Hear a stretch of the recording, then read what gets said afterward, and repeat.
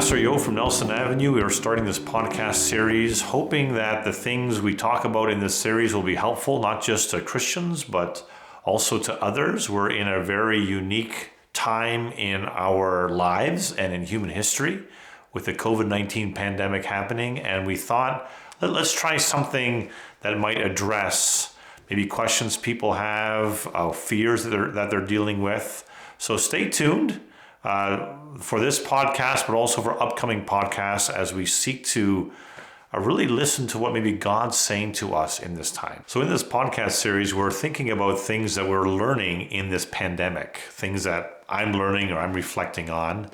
And one of the things that oftentimes in times of crisis or struggle or suffering that gets asked is, what's God doing? What's God saying?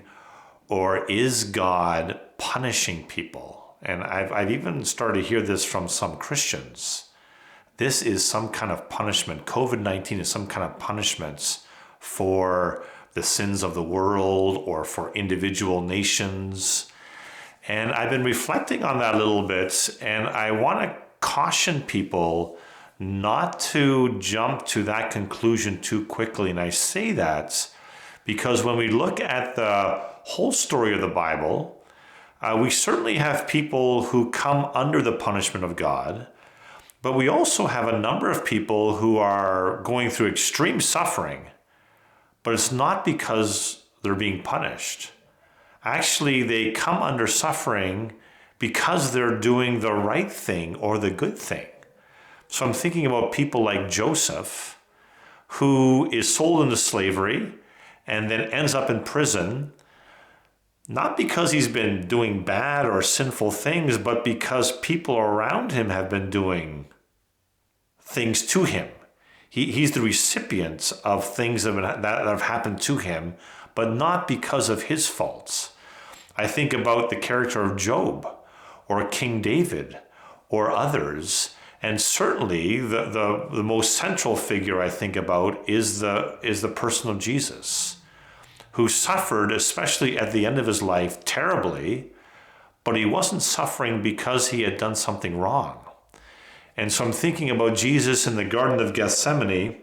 This is Matthew chapter 27, who's crying out to God, my God, why have you forsaken me?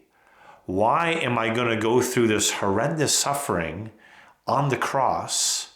Why will I be executed like a criminal on the cross? And the answer is not because you've done something wrong.